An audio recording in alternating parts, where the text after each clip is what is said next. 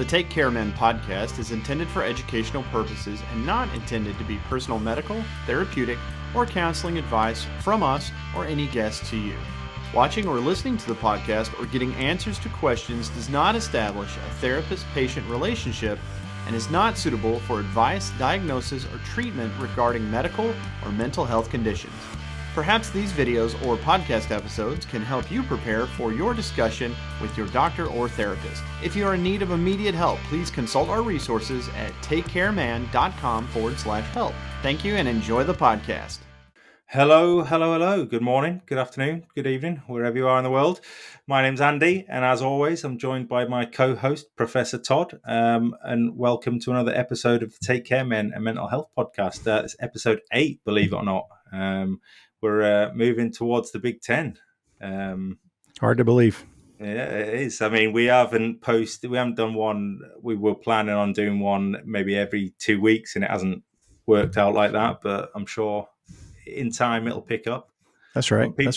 When people start knocking at our doors and asking us to do episodes. That's right. That's exactly right. But yeah, so episode 8, we're going to be looking at how do you check in on somebody and how do you check on somebody. So basic things really, but they make a massive difference, I think. There's a video that we will drop a link to in the description, but it's a simple video, but it kind of shows people how powerful a tool like checking in on somebody can be. So yeah, I mean, what is it? 3 weeks since we did the last episode? Yeah, I think that's right. Since we had Lee on. Mm-hmm. Yeah, Lee Cockrell. Wow, what a guest that was. Yeah, he was a lot of fun. He's a great guy. He is. Just his knowledge on, I suppose, everything to do with business and companies and how to treat people. I mean, we didn't really touch on that a massive amount, but if you listen to some of his podcasts, the Creating Disney Magic with it's obviously Lee and Jody Mayberry. Mm-hmm. Some of the advice you can get off that is amazing, and it's not just focused around customer service or retail or entertainment. You can take it into any business. So yeah, I mean, that episode was fantastic, and yeah, it was good to find out about Lee's struggles and how he dealt with them. Sometimes, go ahead. Go on. I was just going to say that what's really cool about him is it's what you're talking about. Like, it's not just good for business stuff or certain segments of it. It's also just good for life, because he doesn't really draw a distinction between home life and work life, in the sense that he's got the boundaries there and what's important, but he recognizes that, being well in your personal life is going to help you do well in business and vice versa. And so anyway, I find him refreshing in how honest and down to earth he is. And yeah, it was a great guest. It was fun having him on. It was. And Lee, if you're listening, thank you again for coming on. It was quite the coup. And I think you kind of think, you see people at that level in business and you think they're invincible. You think, well, they're there for a reason and they're unfazable, but they're not. It can take something as simple as a personal issue to just sort of get you in a dark place. So that's right. Yeah, it was good. So giveaway times. I'll let you talk about the giveaway from that episode. Yeah, so we have, once again, the $20 Razor Company gift certificate, and we ask people to give us the year that Lee started at Disney, which the number completely escapes me right now. But 1999, was it? Or 1990? Yeah, I can't even remember. But four people did remember, and they commented on the video and entered. And so just real quick, let's see, I actually think I took the 4 other names out. But the winner, I used a random winner selector, was someone with the username Pedro Fiasco, which is also the name of an A&E soap, I think. But Pedro Fiasco, if you're listening, or if anybody knows who that YouTube user is, if you'll get in touch with us, either through Instagram or through our email address, what is it again, Andy? One of these days I'm going to remember it. It is the takecaremanpod@gmail.com. There you go. takecaremanpod@gmail.com. And we'll put that email on the Take Care Man podcast, or takecareman.com. Let me just check that. Yeah, the takecaremanpod@gmail.com. Yeah. All right. I promise I'll know it next time. All right. So Pedro Fiasco, you're a winner. Congratulations. And thanks to Jason at the Razor Company for that donation. So we've actually got like 4 donations to do for this episode. So last episode we had 4 entrants. So like theoretically everybody can win. Maybe we'll have more enter this week, but because it's a little easier to enter this week actually. So I've got a couple of giveaways. What Andy and I did, we had some product donations from Hendrix Classics and Company, and I sent Andy half the product and I kept half the product. So to try to save on shipping, we're going to have one that Andy's going to ship out into the UK. I'm going to have one I ship out into the US. Plus, we've got another new sponsor, if you will. So this is kind of a little bit of a different giveaway scenario. So what Andy and I both have, one for the US and one for the UK, is a razor from Hendrix Classics and Company and one of their soap sticks, their shaving soap sticks, the White Star brand or White Star like branded shaving soap stick. And so we'll have one of those for the US and one of those for the UK. And then we have Crown and Crane, which is a soap maker out of Georgia. On my channel, I did some of their samples and stuff, and they're donating a $20 gift certificate. Unfortunately, they only ship to the U.S. I don't think they even do international shipping at all, even if you want to pay. Yeah, no. Well, hey. But we're working on that. Maybe they, who knows? Maybe they'll start to get some interest overseas. And I do know you can get your stuff at the razor company, so they do ship internationally. But anyway, they donated $20 gift certificate, so we have that for the U.S. It's for a couple U.S. Listeners only. Hendrix Classics and Company soap razor, and then the gift certificate. And then Andy, you want to talk about what you've got for your side of the pond? Yeah, same as obviously what Todd's mentioned. Anybody watching on the YouTube, it's going to be one of the White Star line from Hendrix Classics and Co. The shaving sticks in their barbershop scent, and one of their razors. It's not actually on the website anymore, so I can't remember what it's called. But yeah, so a lucky UK listener will be getting that. All they have to do to enter this, and this is for both sides of the pond, Todd, right, is just ask us a question about this episode, anything that you want any further information on, or anything to do with mental health. Ask it either on Instagram, YouTube, on Todd's webpage.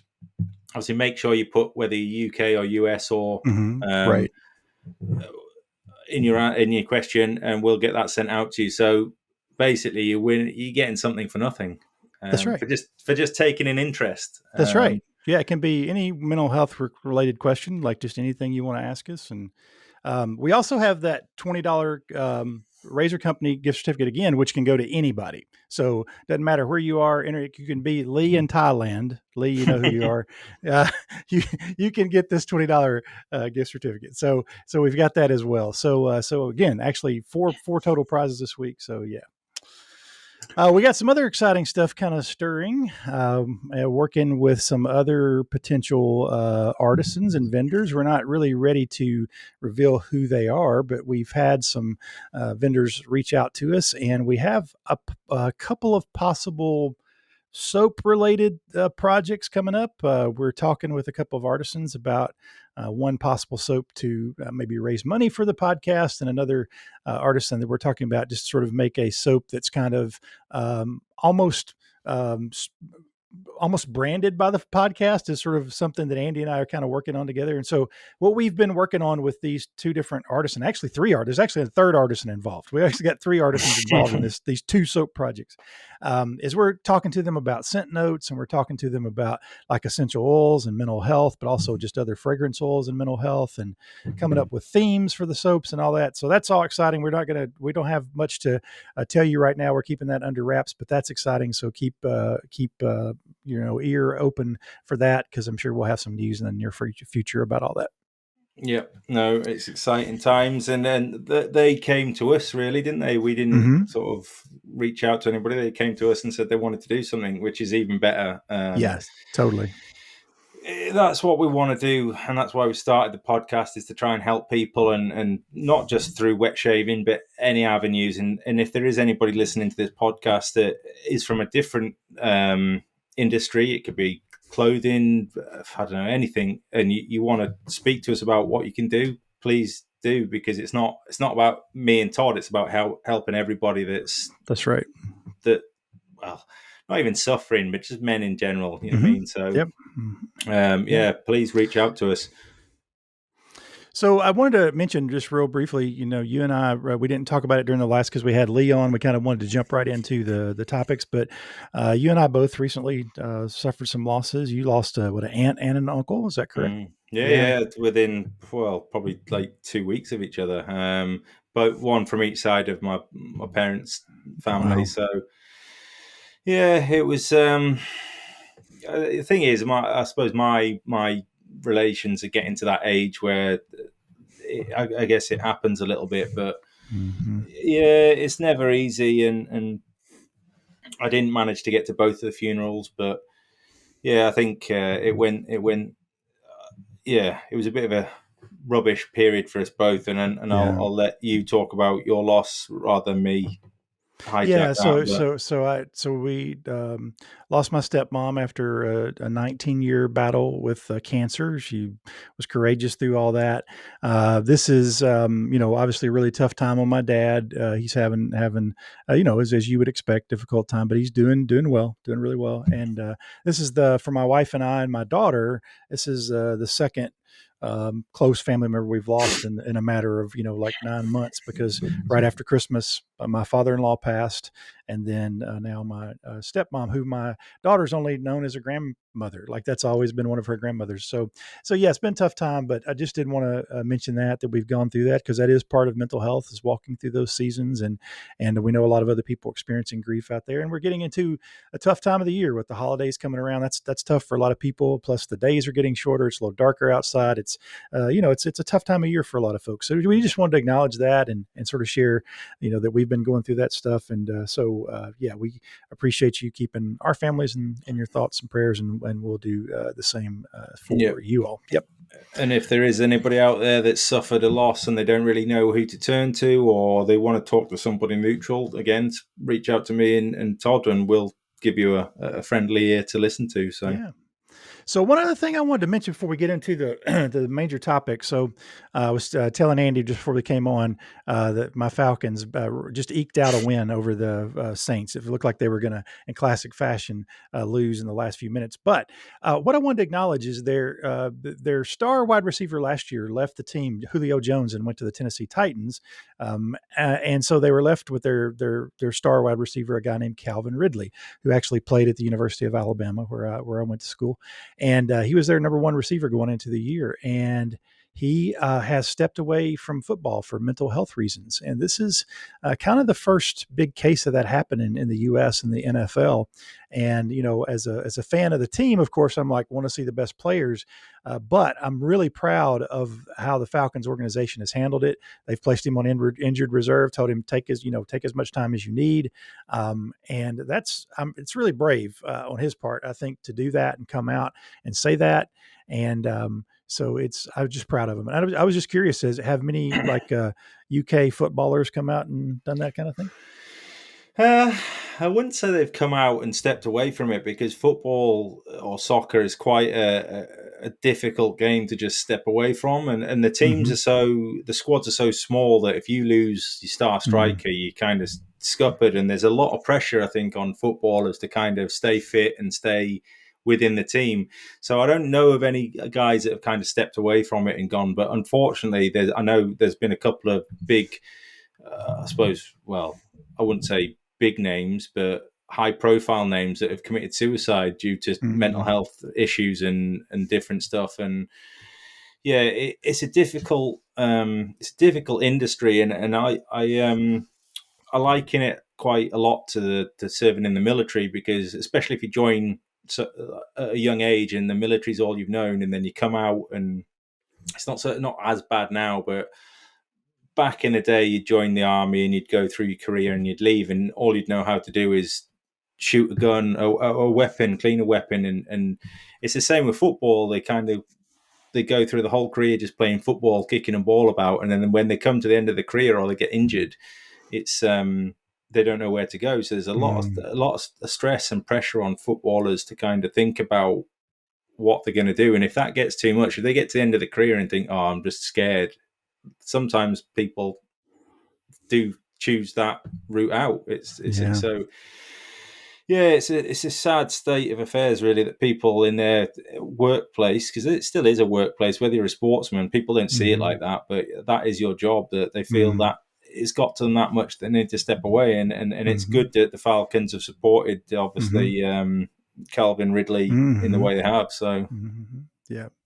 Yeah, so just wanted to mention that because I know we probably have a lot of sports fans like you and I are, and anyway, hopefully that kind of thing becomes a little more acceptable, I guess, or that teams try to plan for that.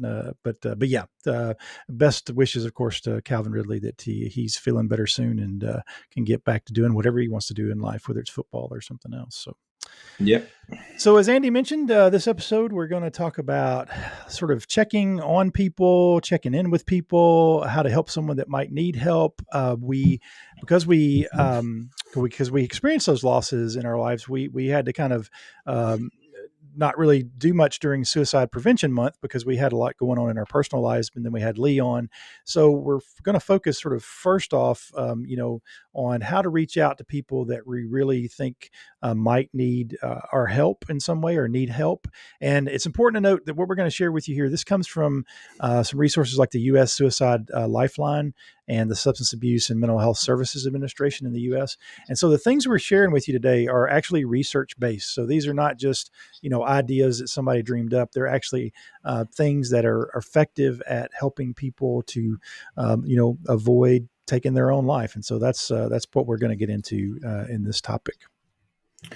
Yeah, no, and I think it's an important one. Well, every topic's important, but sometimes it takes somebody to spot the signs in somebody else to kind of get them back on the straight and narrow and potentially stop them from committing suicide. So I guess it's a kind of a bit of a lesson episode as well on how to spot the symptoms with people. So obviously this episode we're going to be looking at how to reach out to those that seem like they need help, ways you can reach out to them, how to ask for help if you're struggling, which is sometimes one of the hardest things to do, is to just put your hand up and say, I'm struggling here, especially as a male, because there's the whole alpha male, I suppose, syndrome is. And then how to check in with each other. So once you've established that sort of relationship, I suppose, and let's start with how we can reach out to those that might look like they need help. And a lot of people, you never know how somebody's going to react, I suppose. It could be nothing, I mean, especially if it's a stranger or somebody you don't normally deal with. That may just be the way they are. They may Right. be an angry person, but certainly in a work situation, you spend a lot of time at work, as we've mentioned before, and with your work colleagues, you'll know how that person generally acts day to day. And if you start noticing changes, then obviously it kind of gets you thinking, well, actually, is something going on? Are they okay? So some of the symptoms of someone that may need help, obviously talking about or wanting to die or kill themselves, that's probably, I'd say, at the higher levels of that, of how somebody's feeling. But it may be somebody, you may just stop somebody randomly and say, oh, how's it going? And they may turn around and go, actually, I'm struggling, I want to kill myself. You just don't know what life is going to throw at you. Right. Looking for a way to kill themselves, like searching online or buying a gun. A lot of people that have committed suicide, when they do an investigation, they've noticed that people have been looking on how to kill themselves. That's right. Especially as a parent, if you notice, some parents have access to the kids' search history, and if you notice something like that, it's normally a bit of an indicator. Talking about feeling hopeless or having no reason to live. That's a big one, and it doesn't always manifest itself in those words. It's more of a I don't feel like I've got any purpose, or it could be anything similar. Yeah. I'm ready really. I'm ready to give up. I'm ready to throw in the towel, that kind of thing. Yeah. I've had enough of this, and it may be nothing. You know what I mean? A lot, especially with work, it's kind of how I've had enough of this shit. And but if that's a reoccurring thing and it's getting more intense, then you maybe want to start trying to talk to that person. Talking about feeling trapped or an unbearable pain. increasing the use of alcohol or drugs. So if somebody doesn't generally drink a lot and they start drinking regularly or start using drugs is a bit of a difficult one to kind of keep an eye on. But certainly the drinking, the alcohol is a big indicator. Acting anxious or agitated, behaving recklessly, doing stuff they wouldn't normally do. Sleeping too little or too much, and a lot of people associate mental health issues with sleep, not having enough sleep, but sleeping too much is also because they don't feel like they've got anything else to do, or that's what they want to do. Withdrawing or isolating themselves, somebody that's normally outgoing or quite the life of the party, if they're not going out or they organize to do something normally on a weekly basis and they don't want to do it. Showing rage or talking about seeking revenge, anger, I suppose, in a general term, and then extreme mood swings. So going from like going from extreme happiness to extreme low. And I've gone through them sort of point by point because I think it's important for people to try and understand the symptoms of what people. And the thing is, not everybody will show those signs and symptoms, or not every one of those anyway. It might be one or two, or it might just be a simple one that they've started drinking more. So that's kind of a concise list of, well, it's not, because there are other ones, but they're the general things that people come out with or manifest in the way that they're feeling. So yeah, and there, and sometimes you just know, like you get a feeling, and ultimately, if you are concerned, like if you're concerned, you should reach out. And there are some signs, but you also sometimes just get a feeling that somebody might need, to hear from you. And there's actually, I meant to mention at the top of the show, this is Movember with a M, which is a movement, that's kind of international, I think, that where there's issues or emphasis put on men's issues during the month of November. And a lot of people are doing No Shave November or No Shave Movember. I'm considering it, although it kind of affects my CPAP mask. I haven't shaved in a few days. I don't know if I'm going to do it or not. I may let the goatee grow out. You considering growing a full beard for No Shave November? If I shave, I look like I'm about 15. So what I do each year, I just donate something to Movember. Oh, cool.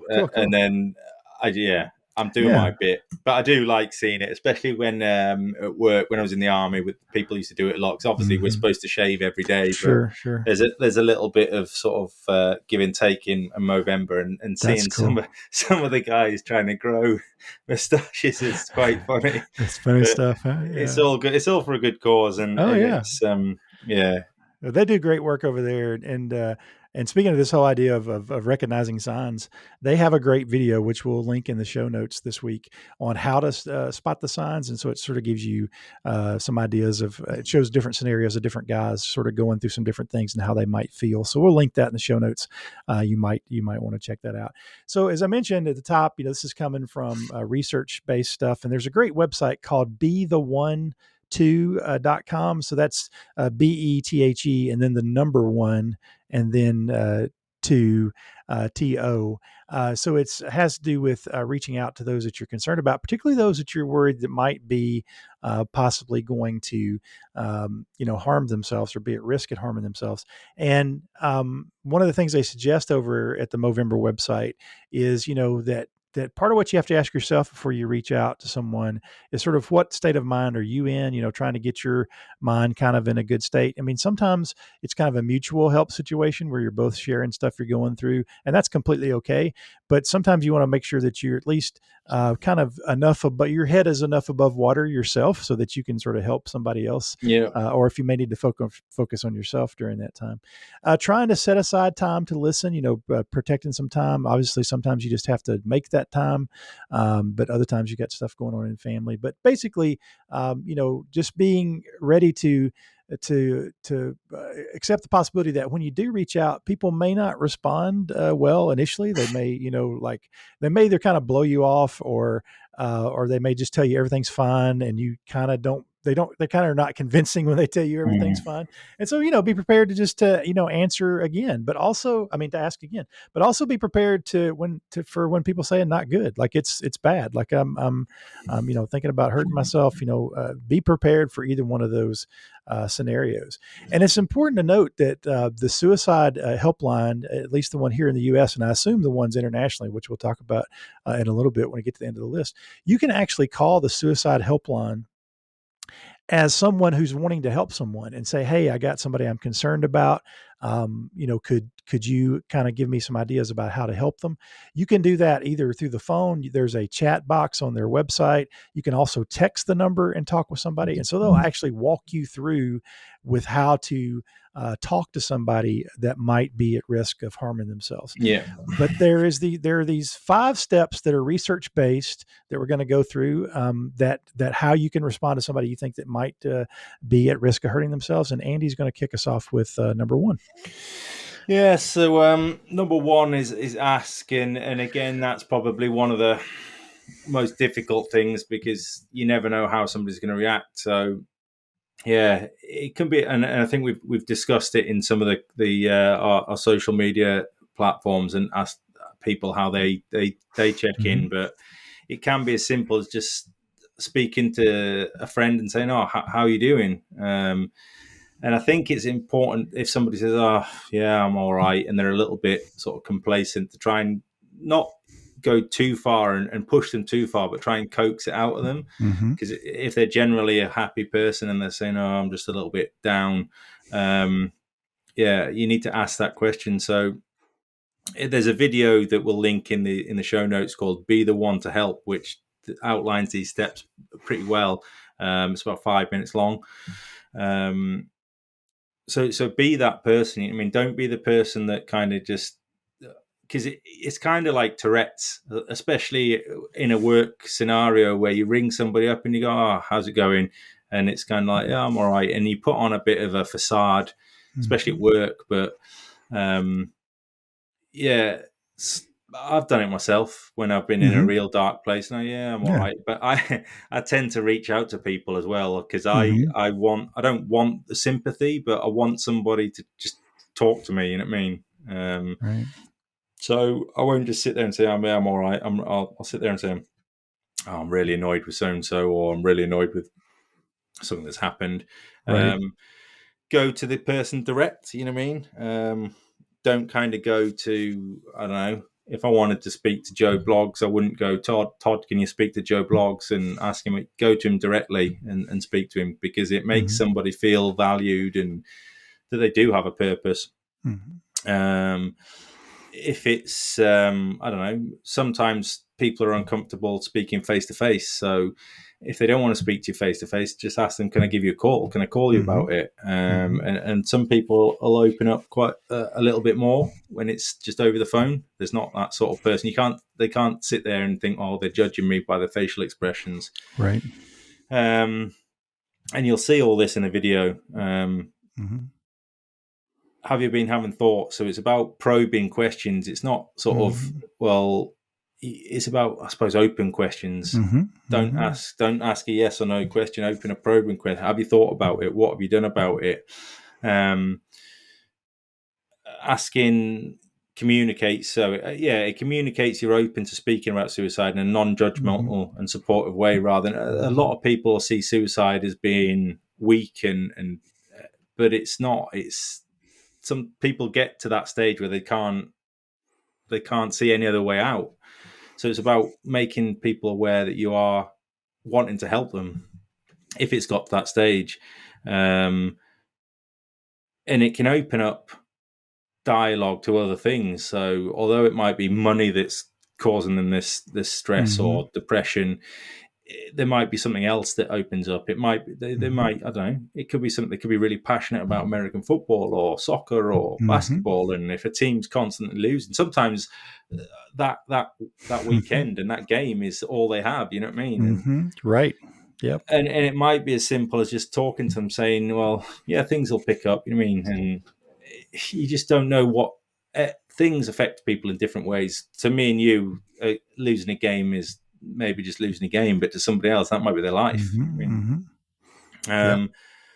Don't ever promise to keep their thoughts of suicide a secret, because if they're right on the edge and you say, well, I'm not going to tell anybody, you have got a duty of care to kind of help them. So you can't do that on your own. And if it means bringing in another person or an organization, don't ever promise to keep it a secret, because they may see that as a sign of, I don't know, dishonesty.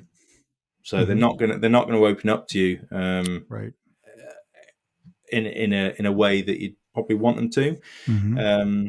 And on the flip side of asking is listening. Listening is a powerful tool. So sometimes if you can get somebody to open up to you, just let them talk at you. Listen, but I can't remember the phrase. It's they do it in leadership training. It's a specific sort of listening. I can't remember what it's called. Active listening. Active listening. That's it. Yeah, listening. active. Yeah, that's the one. Just let them talk to you. And if you've got something to add to it, wait till there's a lull in that talk, or that conversation, and pick it up with them. Focus on their reasons. Don't deviate and go, well, actually, this might be your problem. That isn't their problem. Their problem is what they're talking to you about. That's right. If they choose to bring in something else, then talk about it. Yeah, and avoid trying to impose your thoughts or reasons on them. If they're in debt because of gambling, for example, don't judge them. Don't say, well, you're in debt because of gambling. Right. I mean, that's obvious. Right. Just let them. You'll have your reasons, and you've chosen to engage with this person, whether you're a trained counselor or not. Don't judge people, I think, is the important lesson. Don't talk or debate about whether suicide's the right or wrong option. There is no right or wrong, really, when you're at this stage. It's kind of trying to get them to not do it. That's what we want people to not do, but that's right. In their eyes, that's the right thing to do. Don't act shocked.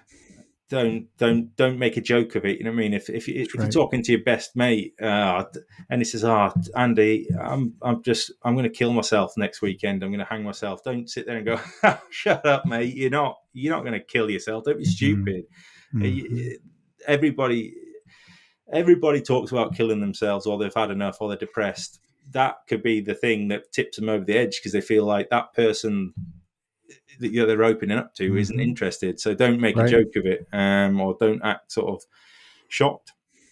Why would you do this step? Well, it's obviously studies. I'm reading these notes here. I'm not as it'll sound like I'm really professional if you're listening to it online, but on Facebook you'll see me reading my notes. But yeah, studies have shown that asking at-risk individuals if they are suicidal does not increase suicides or suicidal thoughts. So just because they're acting suicidal or they're saying it doesn't mean they're going to do it. And in fact, studies show that the opposite findings suggest that acknowledging and talking about suicide may in fact reduce rather than increase suicidal ideas. So and it goes back to the whole making a joke of it. If you're making a joke of it, they don't actually think anybody's taking it seriously. But acknowledging the fact that they've said that may actually go, well, actually, they're with me on this and they want to help me. You just don't know. So yeah, I'll let you talk about step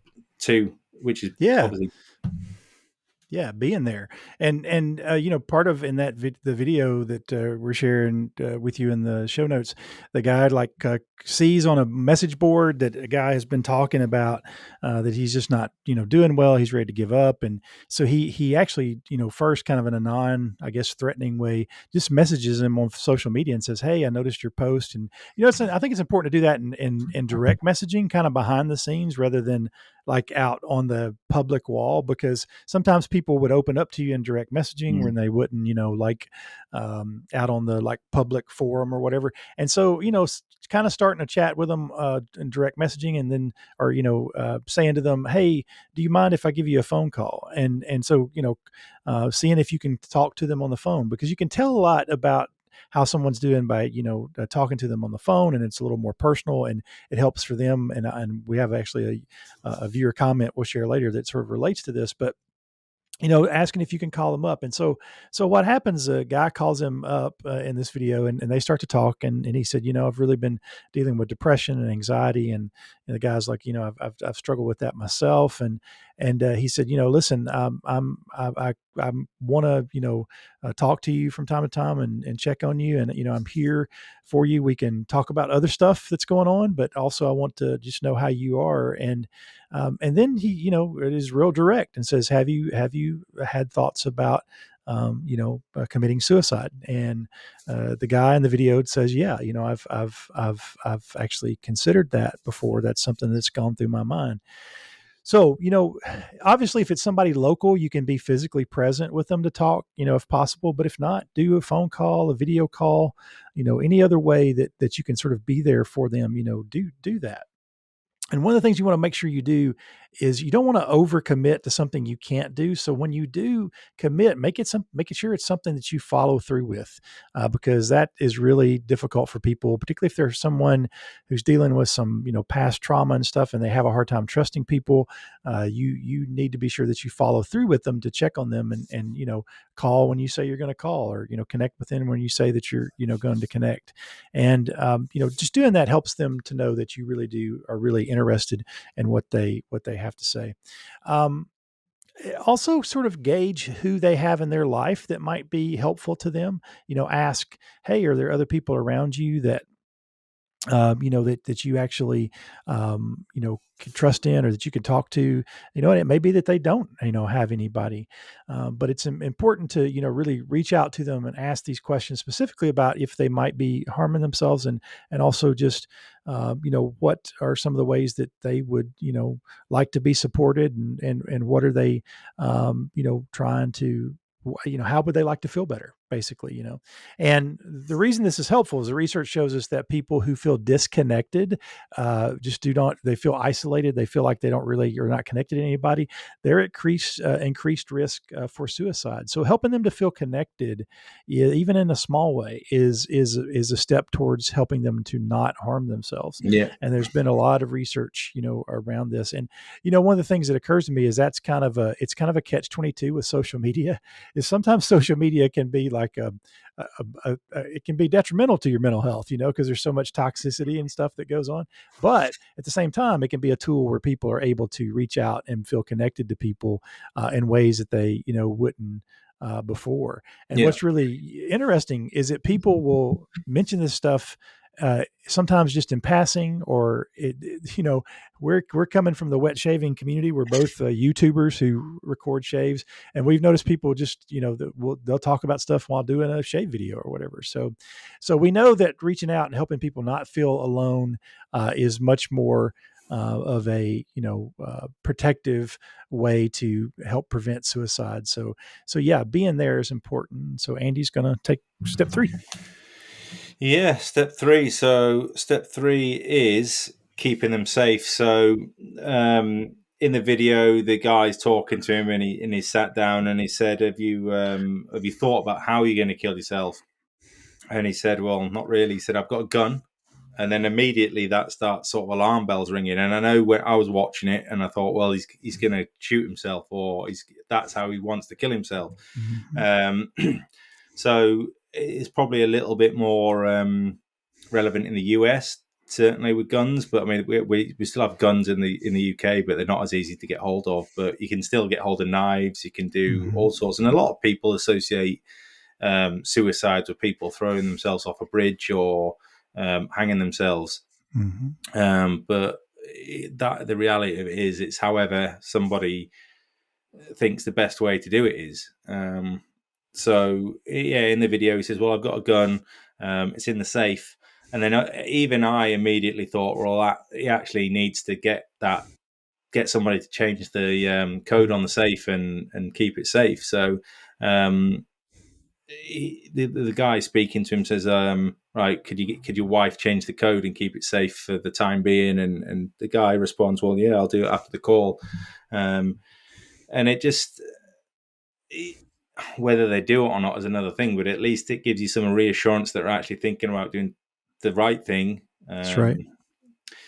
So how to do that? Again, it's if you determine that suicide is, they've discussed suicide and they've thought about it, you need to try and determine how they think they're going to do it. If it's I don't know, it's difficult, but it's about, well, the thing is stopping them doing it. So how can you stop them doing that? And especially from a distance, it's quite difficult. But Yeah, and the reason, one of the reasons it's important to ask is because it helps you know how serious they are.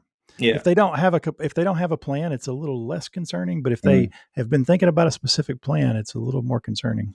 Yeah, well, that's it. If you ask them, have you thought about, and they immediately say, "Yeah, I'm going to hang myself," then you need to start acting. And there's two kind of real subsections to this. It's how they're going to do it and why they're going to do it. And knowing the answers to each of these can tell us a lot about the imminence and severity of how serious they are.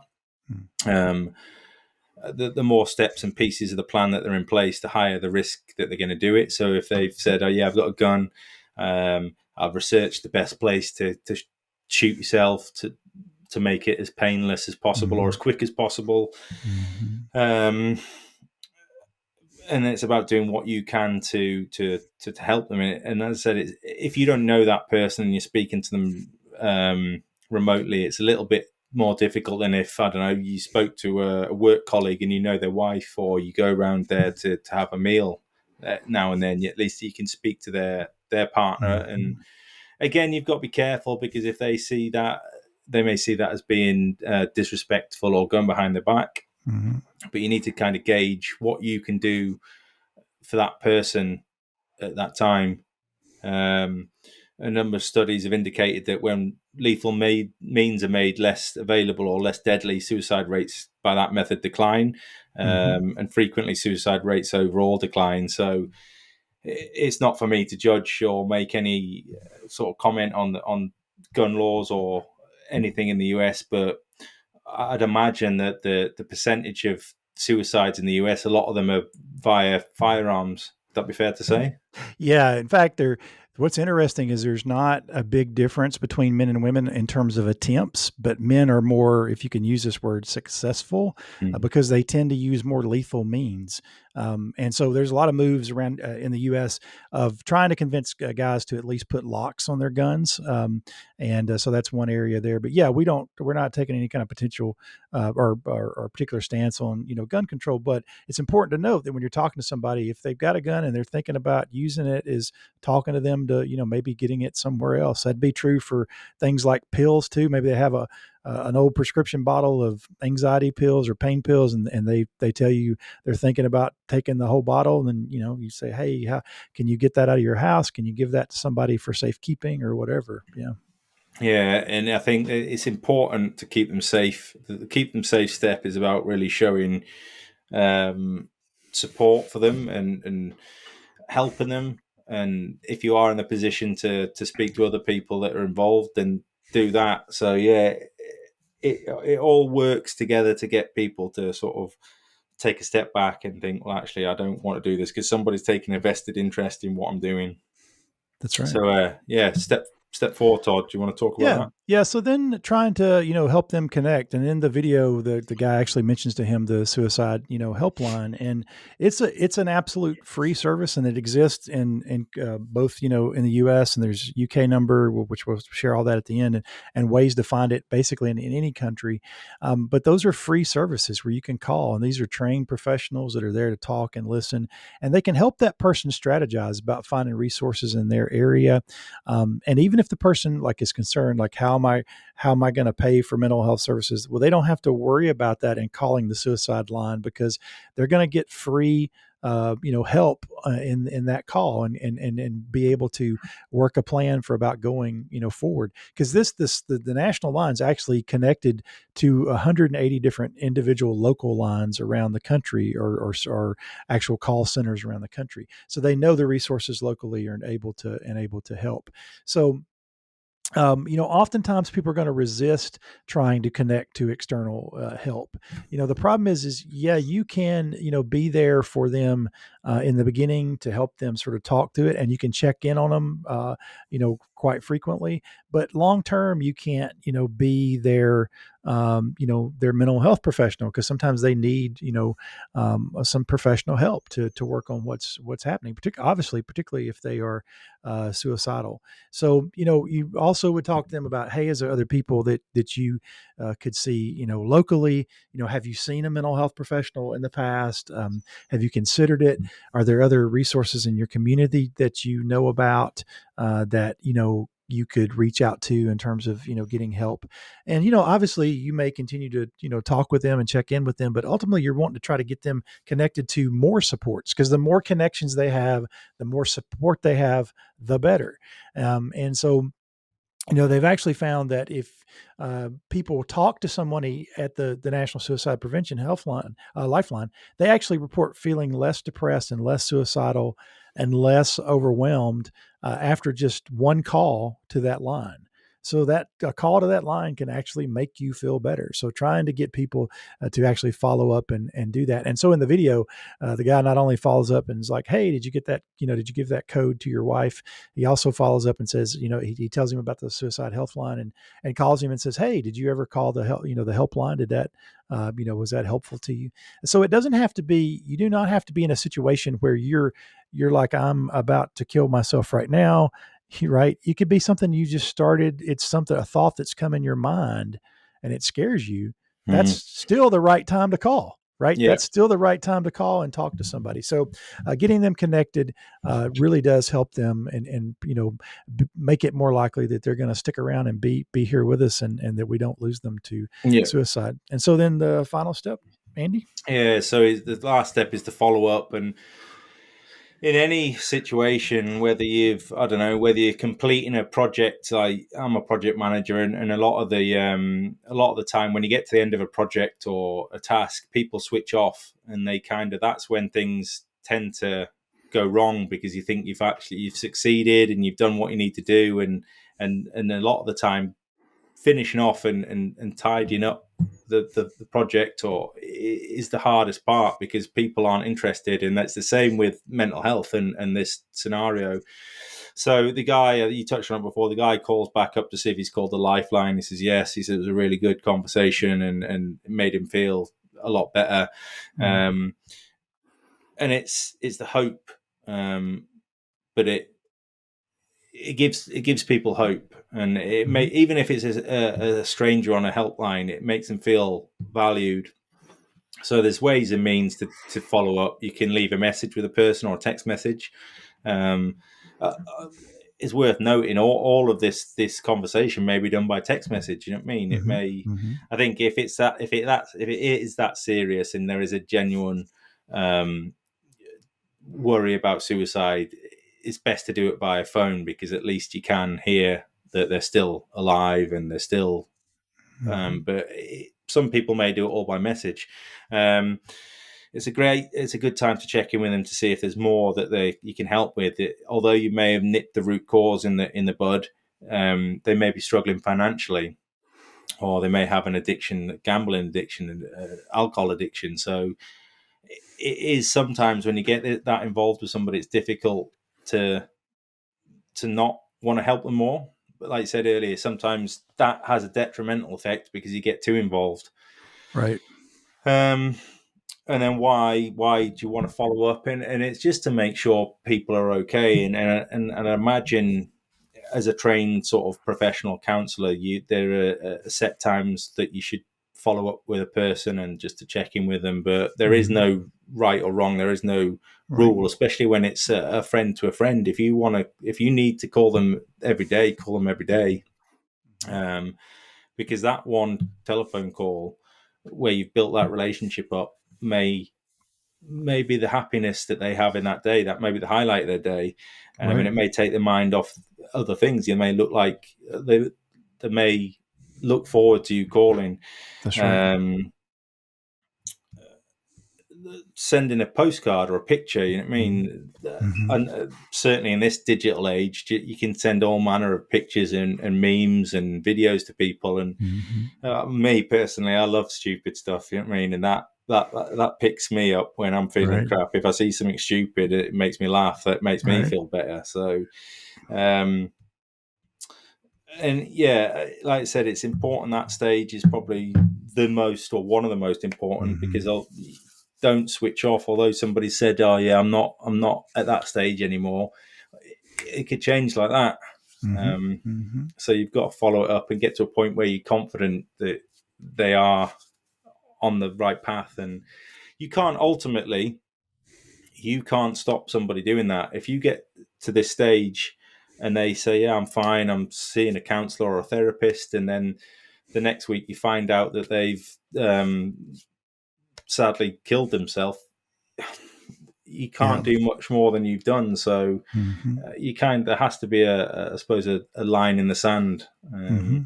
But yeah, they're the 5 important sort of steps of helping somebody. And I think it's not just suicide. I think just in mental health as well, getting people to open up and talk is one of the most difficult things. So.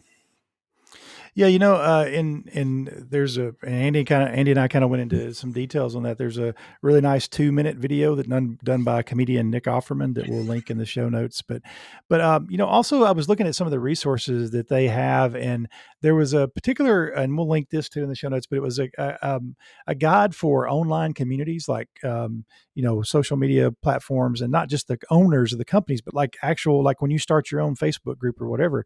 And they had a statement in there that really struck me, and I think it's important because you see this a lot of times. And I'm just going to read what the statement says, but it says, there may be times when a community member wishes to continue to directly engage with you for support beyond what you or your community feel appropriate providing, meaning you may not feel like you could do some initial talking.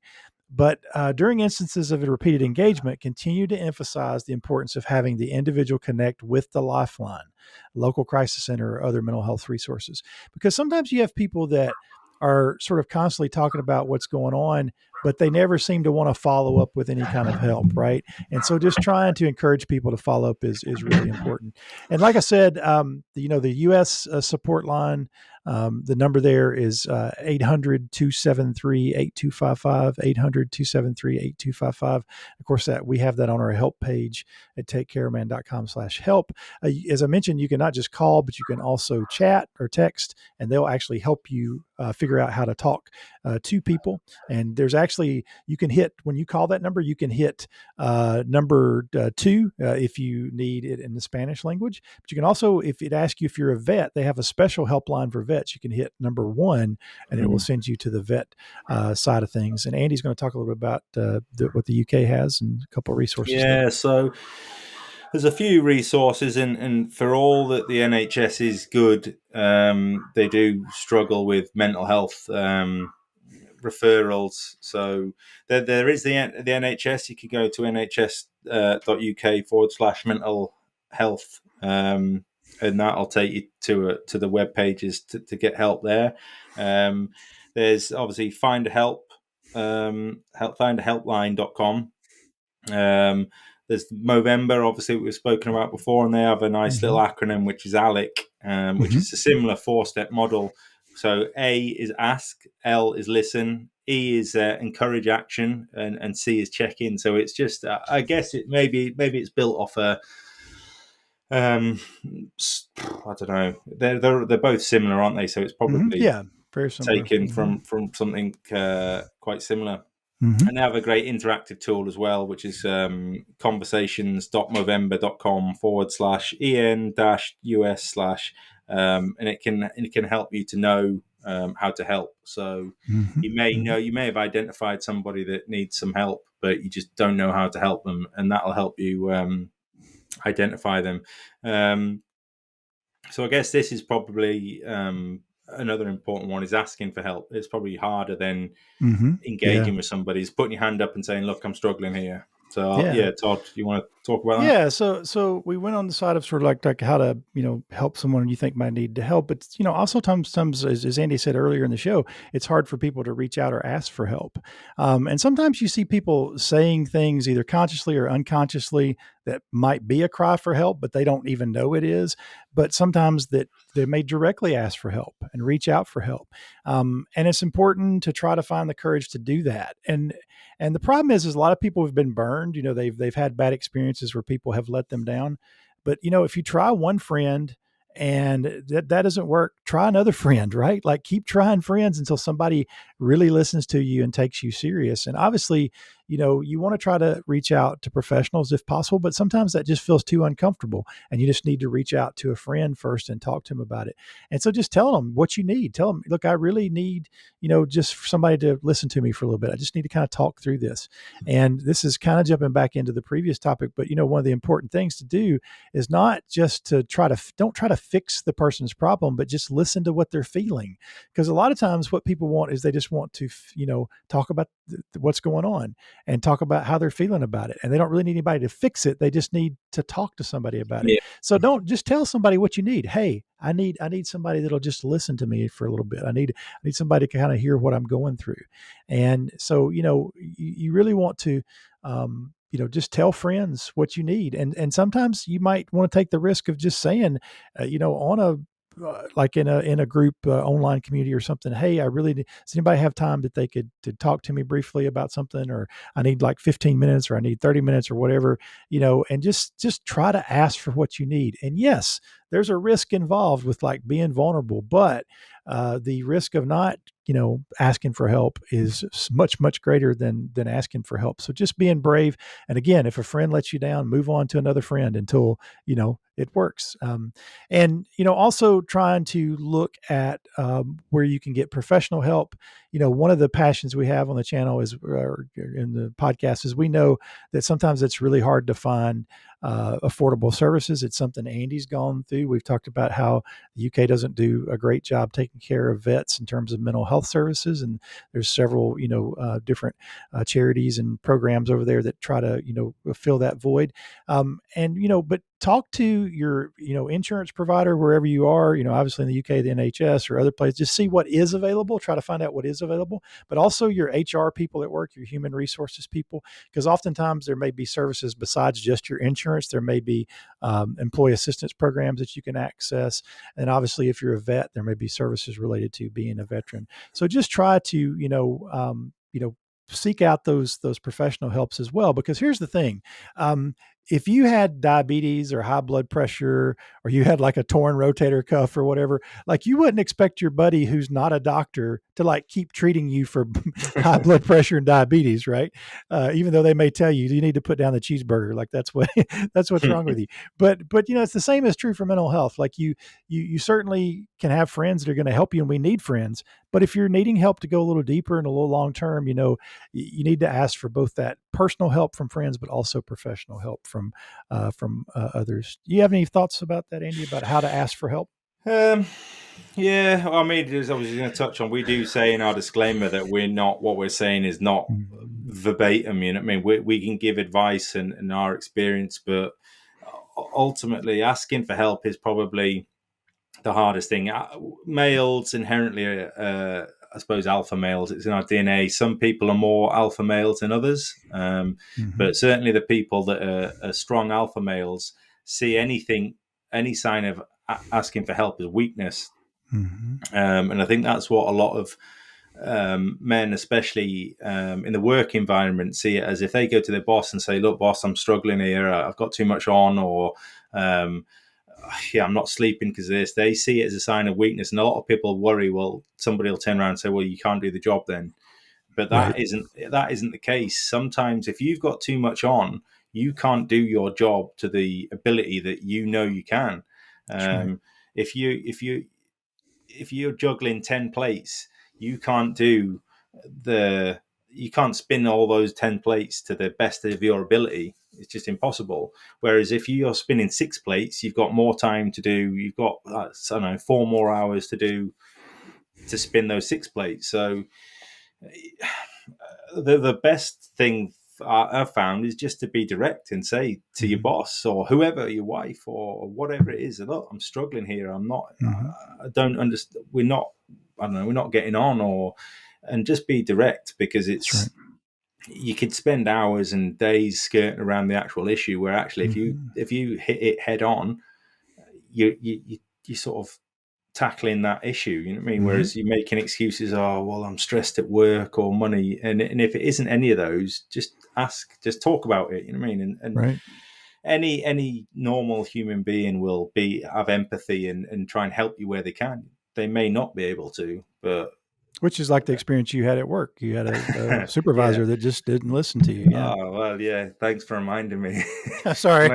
It is just true though. And I've sat there and now that I know that person's now leaving the company, and it just makes me bitter, because I don't ever want to leave a company and feel angry or bitter or twisted about it. But I left that company feeling really despondent and unappreciated, and that's not how anybody should feel, whether it's in work or life. So I'd say just be brave and tackle the issue head on, especially if it's got to it's easy for me to sit here and say that, but if you're at the point where you just really are struggling and you're not sleeping and you're stressed, just ask for help, because then that'll hopefully stop you getting to that next stage. That's right. And I think that'll lead us on quite nicely to the next step, because we're pushing on an hour already. Right. Where's that gone?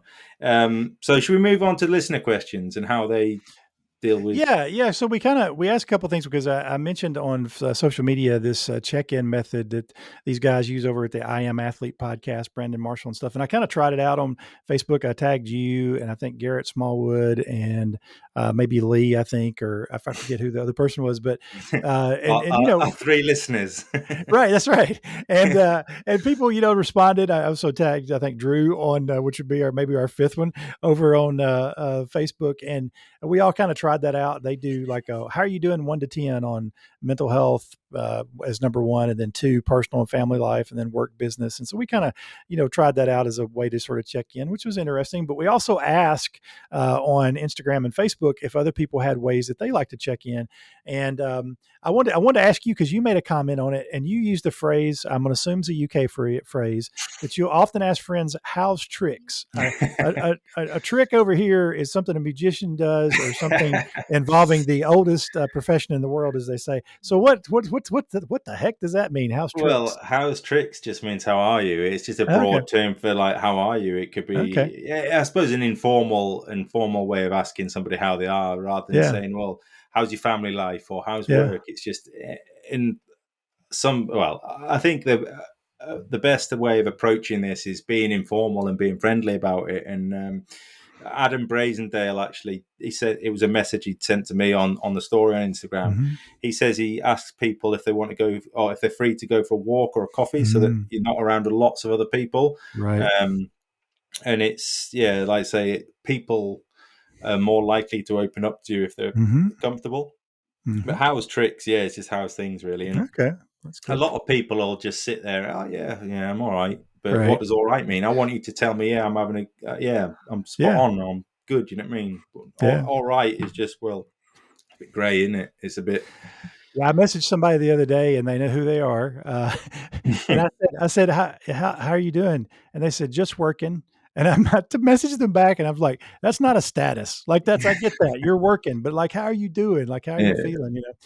James Salazar, a guy who I actually met through Dirty South Shavers, he said that there's a group chat of guys, and they kind of check in on each other, which is great. Our mutual friend, Smiles for Miles, said he really likes to call people because he wants to hear their voice, so he can learn what's going on. And he also thinks, it helps them to hear, his voice and just that human touch of it. So there's a couple other there that you were going to share with people, I think. Well, to be honest, these are questions. Okay.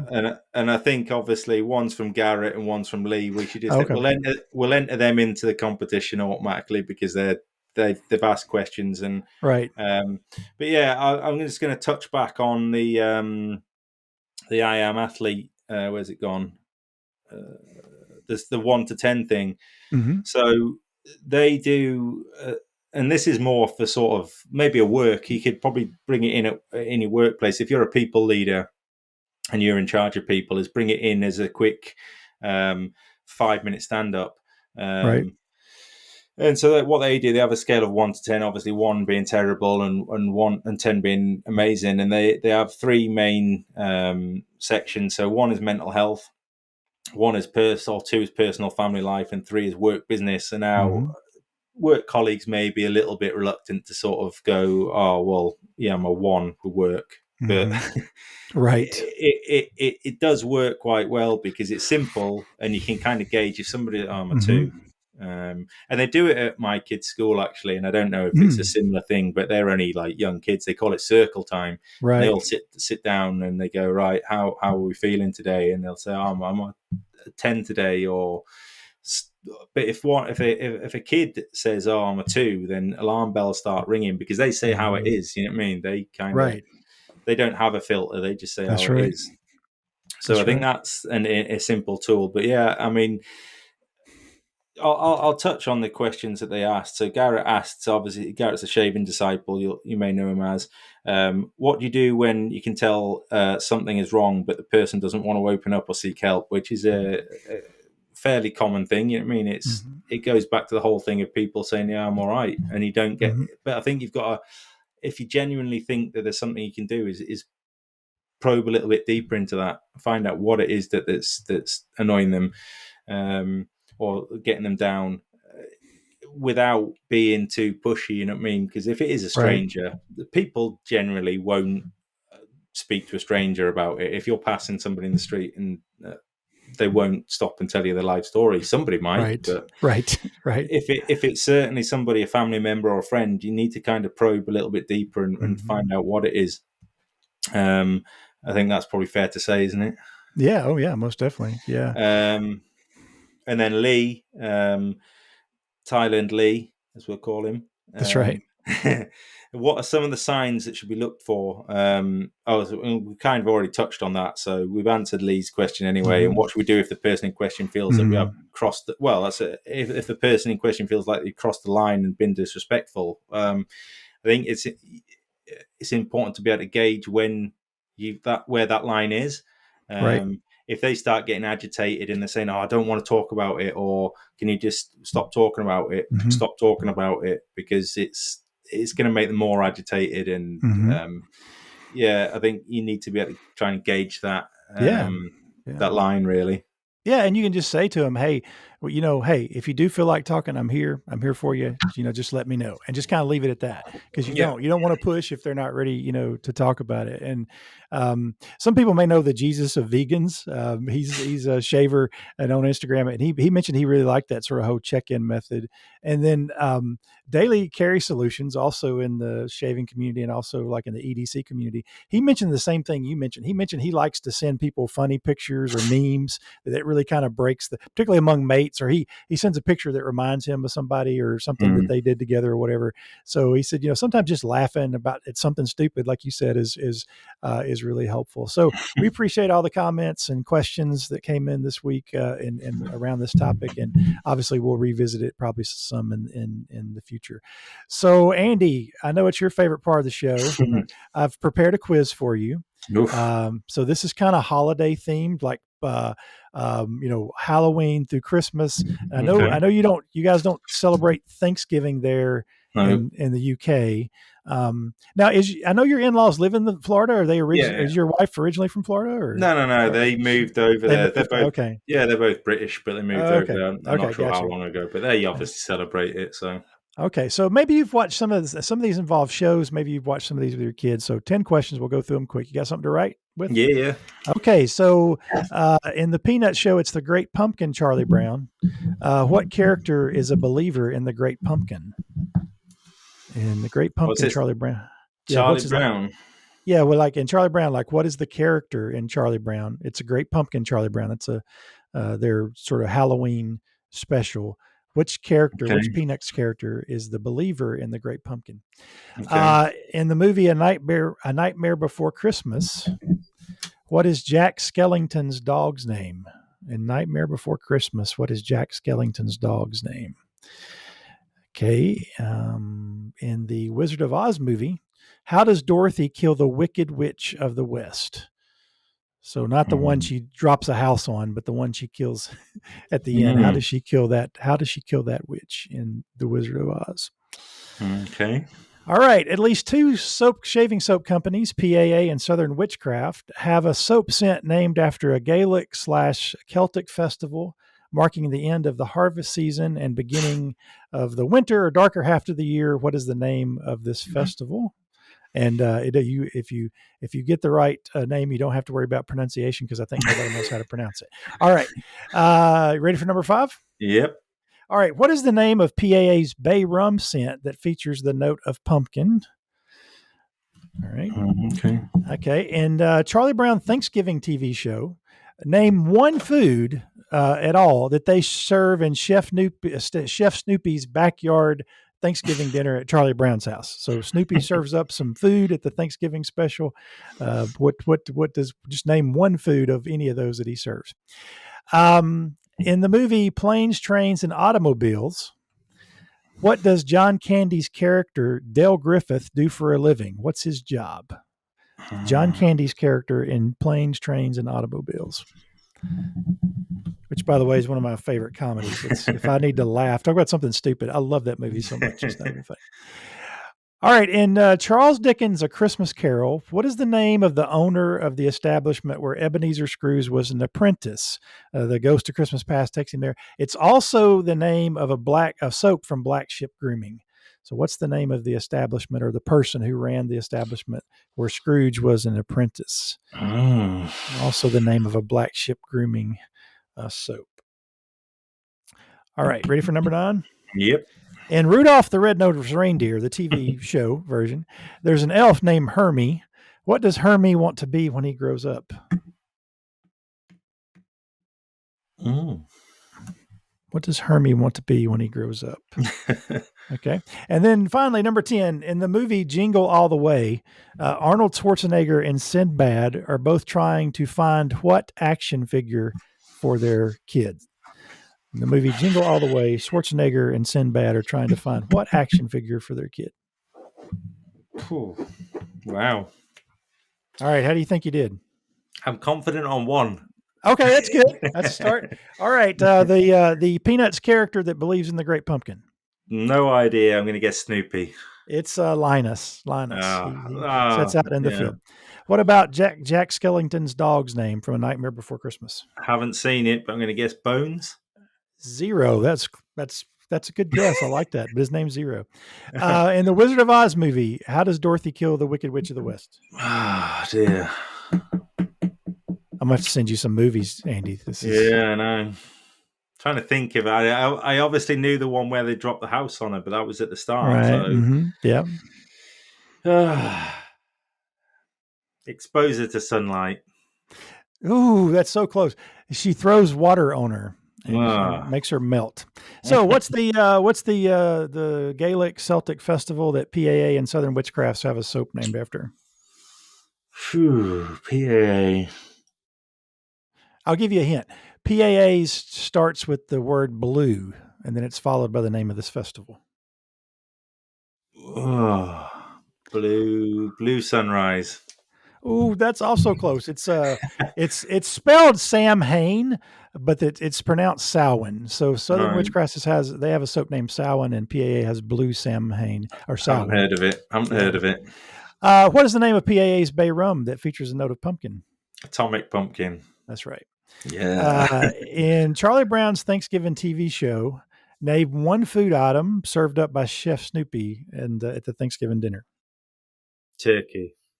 Oh, wow. We really got to get you some. We got to get you some TV. Your kids would love these shows, Andy. We got to get you these shows. So he serves toast, popcorn, pretzels, and jelly beans. Oh, God. Yeah. Much to Peppermint Patty's, she's angry. And so they end up going to Charlie Brown's grandmother's to eat because she's like, what is this trash? Why are you feeding this toast, popcorn, pretzels, and jelly beans? All right. In the movie Planes, Trains, and Automobiles, John Candy's character, what's he do for a living? I haven't seen it for a long time, but I'm going to guess car salesman. Oh, that's also close. He is a salesman, Oh, but I'm gonna give you a half a point for that one. But he sells shower curtain rings. He sells the rings for shower yeah. curtains. All right, Charles Dickens, where Ebenezer did his internship. Also, the name of a black ship grooming soap. Marley? Oh, that's close. That's Scrooge's former partner. Partner. Old Fezziwig. Old Fezziwig is where Never they. would have got that. Yeah, I love A Christmas Carol. Probably my favorite Yeah. story. All right, and Rudolph the Red-Nosed Reindeer. Hermie wants to grow up and do what? I'm gonna guess Father Christmas. I seriously, I'm going to send you like all the classic U.S. Christmas. I thought there was a chance you might not know these because these are like U.S. Christmas staples over here. So he wants to grow up and be a dentist. So, Okay. so he kind of runs away from the North Pole because they make fun of him. In Jingle All the Way, Schwarzenegger and Sinbad are trying to get what action figure? Have you seen that movie? Bits of it. I'm gonna say Stretch Armstrong. It's Turbo Man. They're trying to get the Turbo Man doll. Oh dear! I love Schwarzenegger movies as well, but that's one Yeah, that was was pretty funny. one of the later ones, though, wasn't it? Yeah, So, yeah. And it's not real serious. It's just like a comedy. So yeah, we're gonna have to get you. I'm gonna have to send over your. I'm gonna have to send your kids some because their father has let them down by not watching these Charlie Brown. yeah. And so we gotta get you up on US TV. That's what I we're gonna do. didn't get zero though. That's the No, you got a point and a half. Okay, you got a point and a half. So that's good. That's good. That's Mm. always fun. So thanks for It being is. good support there. So again, go ahead. My turn next time, and it's going That's to be right. all English shows. That's right. I'm going to go watch the BBC right after we get off here. So yeah, I suppose let's do a quick recap. So obviously we've got the two giveaways, the US one and the UK one. Mm-hmm. All you have to do is ask a question about this episode of the podcast, or anything to do with mental health, something you want to discuss. Mm-hmm. Leave a comment on YouTube or on the Take Care Man website or on Instagram. Mm-hmm. Make sure you tell us whether US or UK. So we'll be giving away one of the razors from HC&C and one of their White Star line shave sticks, barbershop shave sticks. If there's anything at all that anybody wants to discuss about mental health, please do. I'm by no means an expert, but I've got an interest in mental health, and I think it's an important subject that more people should talk about. We haven't got. Have we got an episode or a title for the next episode or a discussion? I don't think. I think we've got several ideas, but we haven't committed to that. So I'm sure we'll come. And we've had, if you've got a request for something we want, and actually we did have one request to touch on something which we might get into next episode. We'll have to see. But yeah, if you have ideas for show, particular things you want us to cover, let us know about that as well. And yeah, as Andy said, enter the the contest, because all four of you have a chance to win next week since there's 4 prizes. Exactly. So that's right. But yeah, we'd also like to ask if people can leave us a review on whatever platform they listen on, because we've now got it on Spotify, we've got it on iTunes, we've got it on Podbean. I think the only one we're still struggling with a bit is Google, but we'll get there. But yeah, if you've enjoyed it, please leave us a review, positive, negative. Either way, it's fine. We can take it. That's right. That's right. We're big boys. But it all helps just to get the word out on the street. So yeah. Anything else, Todd? No, I guess that's it. Just thanks everybody for tuning in and for watching and for your helping us out with your ideas this week, and we just appreciate it. Yeah, no, 100%. Thank you to all the guys that have given us prizes and gift cards as well. That means a lot. It helps us to engage with people more. We'll be back in a couple of weeks, maybe. Yep, sounds good. But yeah, if you're new to the podcast, thanks for listening, and we'll speak again soon. Take care, Todd. Bye, everybody.